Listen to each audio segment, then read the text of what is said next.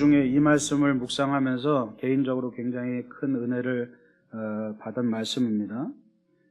이 당시 상황이 어땠냐면 이제 우리가 살펴봤듯이 이미 아수르의 그 거대한 제국이 침공하면서 북이스라엘은 이미 멸망을 당했습니다.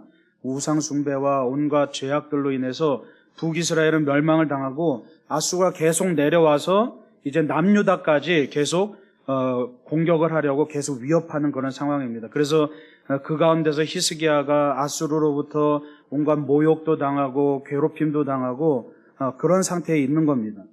그렇게 겨우겨우 버텨가는 그런 상황 가운데서 히스기야가 불치병에 걸려버립니다. 이제 사망 선고를 받습니다. 그래서 이제 이에 히스기야가 하나님께 통곡하면서 벽을 보고 통곡하면서 기도합니다. 그래서 하나님께서 그 기도를 들으시고 이사야를 통해서 15년의 생명을 연장시켜 주시죠. 그뿐만 아니라 아수르의 손에서 구원해 주실 것이라고 그렇게 약속을 하십니다. 그리고 맨 마지막에 가면 그 징표로 해가 10도를 뒤로 물러나게끔 그렇게 하나님께서 징표를 보여주십니다. 오늘 이 말씀을 가만히 보면서 우리가 하나님 앞에서 어떤 자세로 서 있어야만 우리가 하나님의 그 은혜와 축복을 함께 누리고 하나님께서 어떻게 해야만 우리와 함께 하시는지를 좀 해답을 찾아서 좀 함께 나누고자 합니다. 여러분 보십시오. 만약 히스기야가 이 가운데서 불치병에 걸려서 죽었다면 어떻게 될지 한번 상상을 해보십시오. 히스기야가 하나님께 통곡하며 기도했던 것은 단순히 그냥 자기 개인의 생명을 더 살고 싶어서 연장하고 싶어서 기도했던 게 아닙니다. 왜냐하면 여러분 생각해 보십시오. 아수르가 계속해서 언제든지 이 예루살렘을 멸망시킬 때만 노리고 있습니다. 그 거대한 제국이 이 예루살렘 이 조그만 도시 하나를 무너뜨리는 것은 시간 문제입니다. 그 가운데서 히스기야가 근근히 하나님을 의지하면서 버티고 있습니다. 그런데 그 가운데서 만약에 히스기야가 지금 죽어버린다면 어떻게 되겠습니까? 조그만 틈으로 마구 물살이 뚫고 내려오듯이 아수르로 인해서 금방 예루살렘은 멸망되고 말 겁니다. 히스기야는 그걸 알았던 거죠. 그래서 자기 한 사람의 죽음이 그 죽음으로 끝나는 것이 아니라 자신의 공동체를 완전히 망가뜨리고 나의 죽음으로 인해서 이 남유다 하나님의 백성들이 완전히 멸망할 것이라는 그 위기감이 있었다는 겁니다. 여러분 사실은 히스기야를 보면 이 상황 가운데서 오히려 자기는 그냥 죽고 마는 게 더 편했을 수도 있습니다. 끊임없이 모욕을 당하고 아수르로부터 끊임없이 협박을 당하고 고통을 당하면서 언제 멸망당할지 모르는 그 절체절명의 상황 가운데서 계속 이 자기의 백성들을 지켜야 했던 겁니다. 어떻게 보면 책임을 회피해버리고 그냥 나 하나 죽으면 끝나지 이렇게 생각했을 수도 있었을 겁니다. 절망하면서 낙심하면서 그냥 이 힘든 삶, 이 괴로운 삶 그냥 여기서 끝내버리자. 내가 할 건 다 했지. 내가 어떻게 아수르를 이기겠어. 그렇게 생각하면서 그냥 끝냈을 수도 있었을 겁니다. 여러분 때로는 절망이란 것이 우리로 하여금 모든 것을 포기하게 만듭니다. 때로는 죽는 것보다 사는 게 더 어려울 때가 있습니다. 우리는 살려고 아둥바둥 치지만 때로는 정말 해도 안 될 때 오히려 사는 것보다 죽는 게 더 낫겠지라고 여길 때가 얼마나 많습니까? 여러분 예수님께서 겟세마네 동산에서 마지막에 잡히시기 전에 기도하실 때 제자들의 모습을 보십시오. 성경에 보면 제자들이 잠이 들었다고 나와 있습니다. 예수님이 계속 깨움에도 불구하고 계속 잠들었다고 나와 있습니다. 그런데 그 말씀에 가만히 보면 슬픔으로 인하여서 잠들었다고 나와 있습니다. 무슨 얘기입니까? 피곤해서 잠든 것이 아니라 이제 우리는 예수님하고 끝이구나. 이제 예수님하고 같이 다니면서 이렇게 영광을 누리고 했던 것도 이제 끝이구나. 그 절망감으로 인해서 모든 것을 포기해버렸다는 겁니다. 그래서 우리 가운데 있는 절망과 슬픔이 자꾸만 하나님을 붙잡지 못하게 만들고 그리고 하나님의 눈이 아니라 세상의 눈으로 자꾸만 현실을 바라보게 만듭니다. 그래서 우리는 자꾸만 우리 마음이 가는 대로 하죠. 오늘날 이 땅에 이 세상에 삶의 방식이 뭡니까? 자꾸만 마음 가는 대로 하라고 가르칩니다. TV를 봐도 드라마를 봐도 광고를 봐도 너 마음 가는 대로 해라고 자꾸만 가르칩니다. 하나님의 법은 사라지고 그냥 우리 각자마다 내 마음 가는 대로 그것이 진정한 자유인 것처럼 진정한 기쁨이고 진정한 행복인 것처럼 내 마음 가는 대로 하려고 합니다. 근데 여러분 내 마음 가는 대로 끝까지 따라가다 보면 어떤 일이 일어납니까? 결국은 우리는 절망 가운데 놓여질 수밖에 없다는 겁니다. 여러분 하나님께서는 히스기야의 기도를 들으셨을 때 그 생명을 15년을 연장시켜 주십니다. 그런데 오늘 말씀해 보면 15년을 연장시켜 주신 것으로 끝나는 게 아닙니다. 하나님의 목적은 거기에 있지 않습니다. 하나님의 목적은 히스기야가 15년을 생명을 연장해 달라고 했으니까 내가 너 15년 연장해 줄게 이걸로 끝나버리는 게 아닙니다. 하나님의 목적은 어디에 있습니까? 내 백성 이스라엘 백성들을 구원하는 데 있다는 겁니다. 그래서 하나님께서는 히스기야의 생명을 15년을 연장해 주신과 더불어서 히스기야가 기도하지도 않았던 남유다의 구원을 이루어 주시겠다고 약속하시죠. 히스기야가 기도한 것보다 더 큰 것을 하나님께서 응답하셨습니다. 하나님께서는 왜 이런 응답을 주셨습니까? 내가 이것을 달라고 하면 하나님 이것을 주셔야지. 우리는 그렇게 기도하죠. 하나님 나에게 딱 필요한 요것을 주십시오. 우리는 항상 그렇게 기도하죠. 구체적으로. 하나님 여러 가지 지금 여기 선택사항이 있는데 내가 원하는 건 딱 이것입니다. 요것을 주십시오라고 기도합니다. 그리고 하나님께서 딱 그것을 주시면 우리는 만족합니다. 응답받았다고 말합니다. 그런데 하나님의 방법은 그게 아니라는 겁니다. 하나님의 방법은 히스기야가 나를 좀 살려주십시오라고 기도했을 때 15년의 생명을 연장시켜 주시는데 그것이 중요한 것이 아니라 그것이 목적이 아니라 하나님의 눈으로는 더 중요한 것이 있었다는 겁니다. 바로 하나님의 백성들 이스라엘 백성들을 그 히스기야의 기도로 말미암아 그들을 구원시켜 주시겠다고 그렇게 약속하셨다는 겁니다. 하나님의 관심은 히스기야의 수명 연장이 있지 않았습니다. 하나님의 관심은 우리를 온전히 회복시키는 것에 있다는 사실을 여러분 기억하시기 바랍니다. 하나님은 바로 우리의 태도를 보시는 분입니다. 우리가 어떤 기도 제목을 가지고 어떻게 기도하느냐 거기에 하나님의 초점이 맞춰져 있는 것이 아니라 하나님은 우리가 하나님 앞에 어떻게 나아오는지 하나님 앞에 어떻게 의지하는지 하나님 앞에 어떻게 엎드리는지 그것을 바라보신다는 겁니다. 단순히 우리가 요구하는 것을 들어주시는 분으로 하나님을 제한하지 마시기 바랍니다. 하나님의 그 놀라운 위대하심과 하나님의 그 전능하심을 단순히 내 기도 들어주시는 분으로 그렇게 제한하고 그렇게 하나님을 모욕하지 마시기라는 겁니다. 그건 하나님을 모독하는 겁니다. 하나님이 우리의 생각보다 얼마나 크신 분인데 우리는 날마다 그냥 하나님 이 기도 들어주시면 하나님은 정말 위대하신 분입니다. 내가 하나님의 영광을 올려드립니다. 이렇게 하나님의 능력을 제한해 버린다면 그것이 오히려 신성모독이라는 얘기죠. 내 기도 제목이 응답되느냐 안 되느냐에 집중하기보다는 여러분 하나님을 신뢰하는 태도를 가지시길 간절히 축원합니다. 반드시 기필코 하나님께서 이루실 것이고 반드시 기필코 하나님께서 응답하실 것이고 반드시 기필코 하나님께서 우리를 구원해 주실 것이다. 우리를 회복시켜 주시고 축복하실 것이다 라는 그러한 신뢰가 우리 안에 있어야 된다는 겁니다. 그게 바로 믿음이라는 얘기입니다.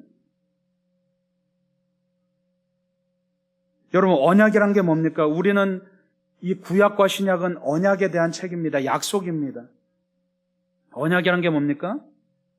주님께서는 약속을 지키실 테니까 우리도 약속을 지키라고 하나님께서 말씀하시는 겁니다.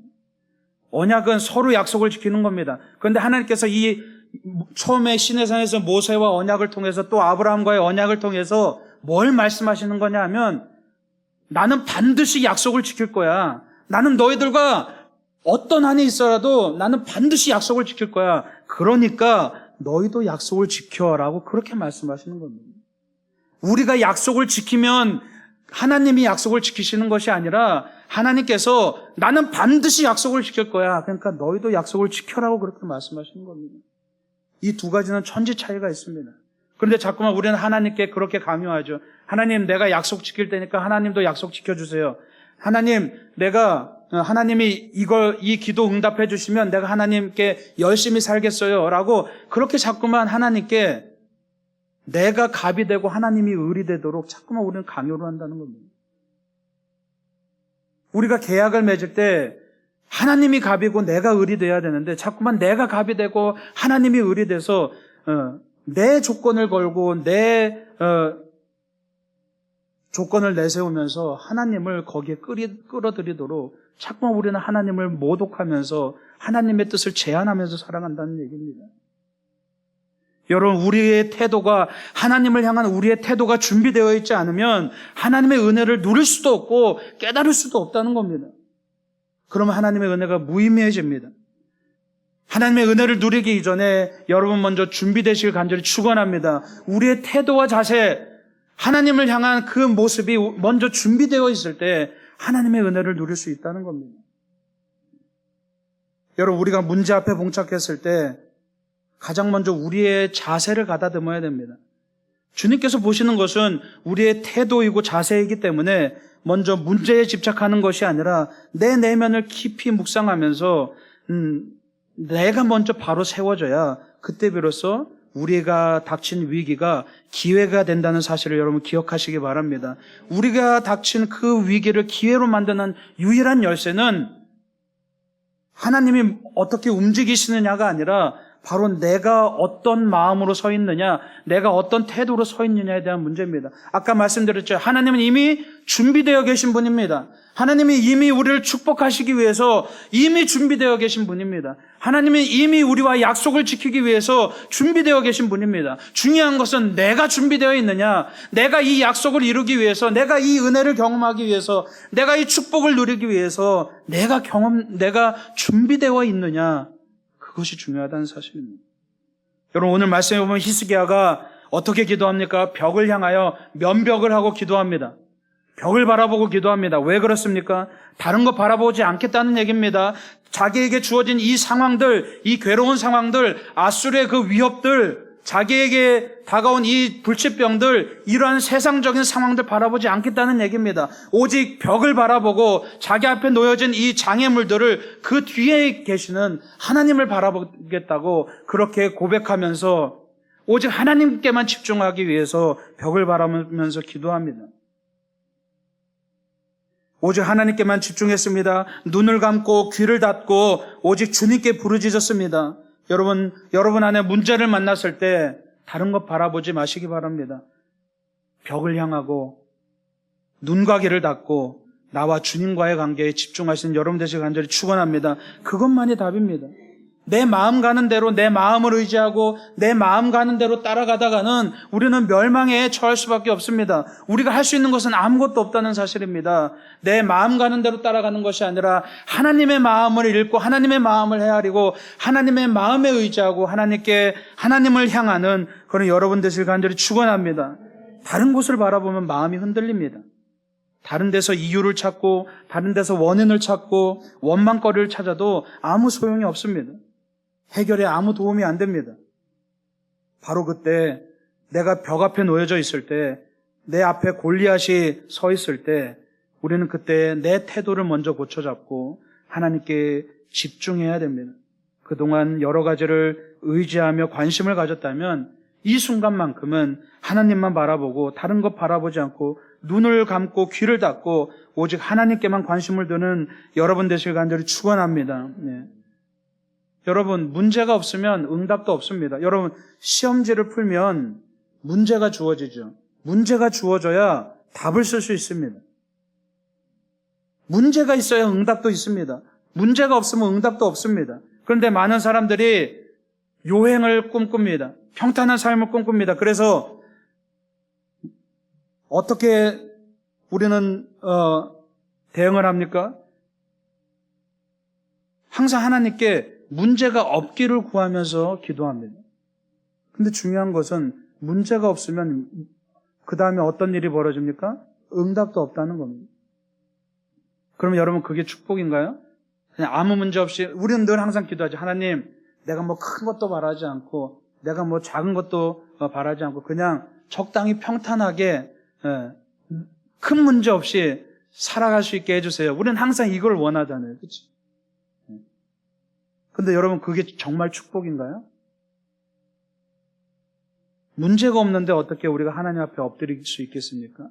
문제가 없는데 어떻게 하나님 앞에 매달릴 수 있겠습니까? 성경에 나오는 그 누구도, 성경에서 축복받은 그 누구도 문제없이 하나님을 만난 사람은 없습니다.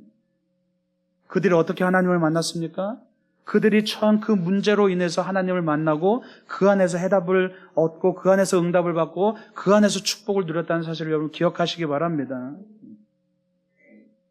내가 하나님께 매달리도록 만드는 상황, 또 이 광야 자체가 사실은 축복의 통로인 겁니다. 이스라엘 백성들이 가나안 땅으로 가기 이전에 반드시 그 광야에서 40년이라는 그 지루하고 지난한 시간들을 견뎌냈을 때 비로소 가나안 땅을 들어갔듯이 우리 안에 있는 수많은 문제들과 우리 안에 있는 수많은 그 광야들이 우리를 하나님으로 이끈다는 사실을 여러분 기억하시기 바랍니다. 광야가 없으면 절대로 가나안 땅도 없습니다.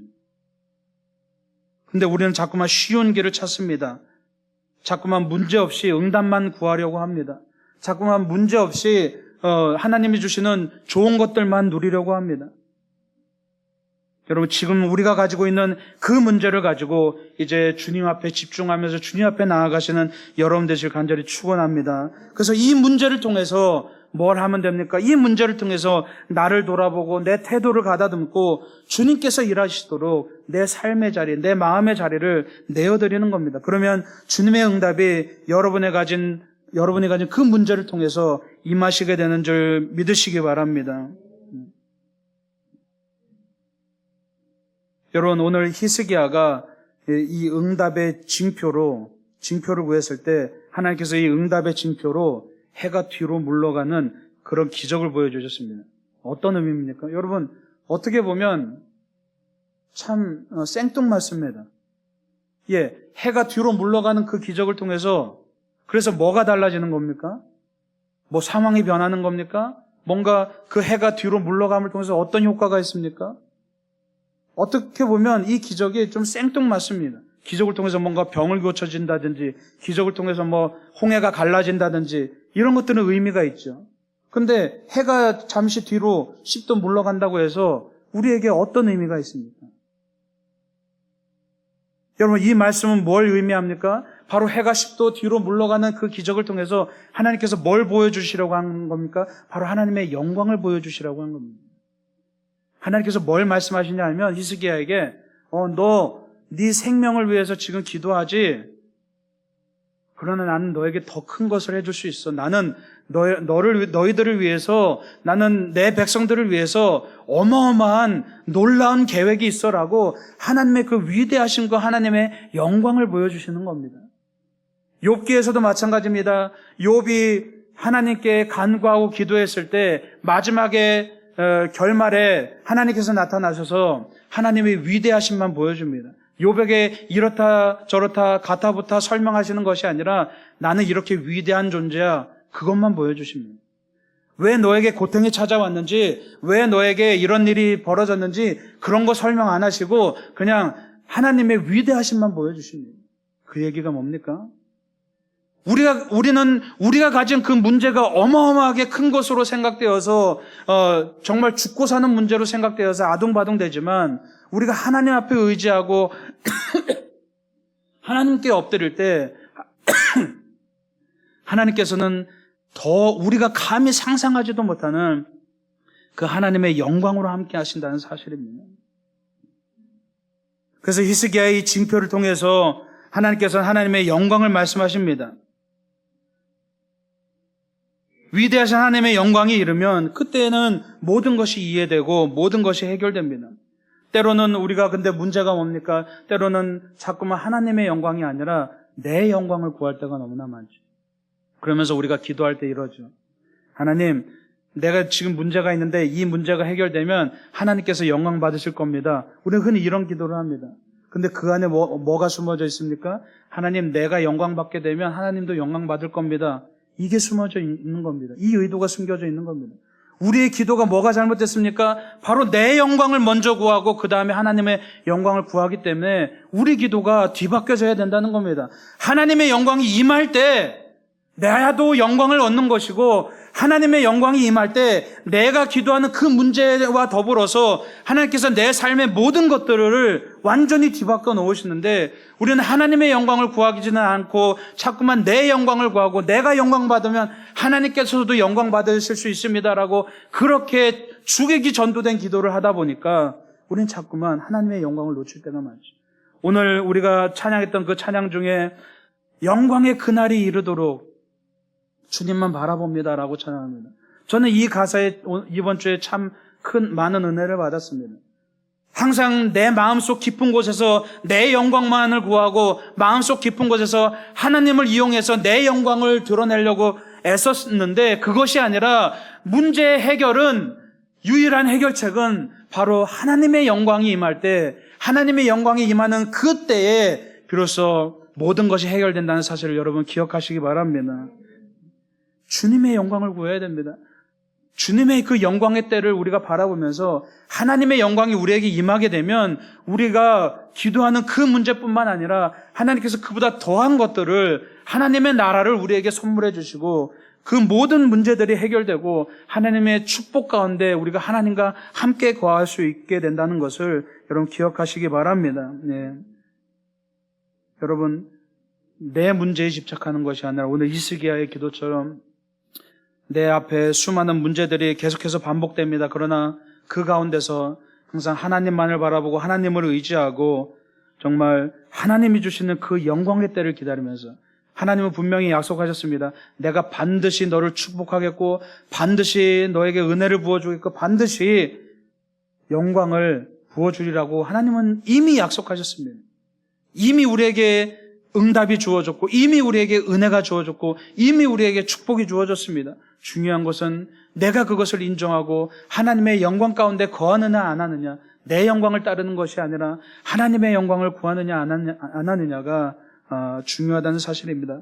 여러분의 문제 가운데서 여러분의 수많은 어려움 가운데서 가장 먼저 내 스스로를 들여다보고 하나님을 향한 나의 자세를 올바로 세워가는 그런 여러분 되시길 간절히 축원합니다. 그러면 하나님께서 또 우리 안에 얼마나 수많은 문제들과 어려운 기도의 제목들이 있습니까? 여러분 믿으시기 바랍니다. 하나님의 영광이 임하면 모든 것이 응답될 줄 믿으시기 바랍니다. 구원이 임할 줄 믿으시기 바랍니다. 우리가 그 영광의 때를 기다리면서 날마다 쓰러질 수도 있습니다. 그러나 다시 일어나시기 바랍니다. 넘어질 수 있습니다. 다시금 일어나시기 바랍니다. 그런 여러분 되시길 간절히 축원합니다. 우리 잠깐 함께 동성으로 함께 기도하겠습니다.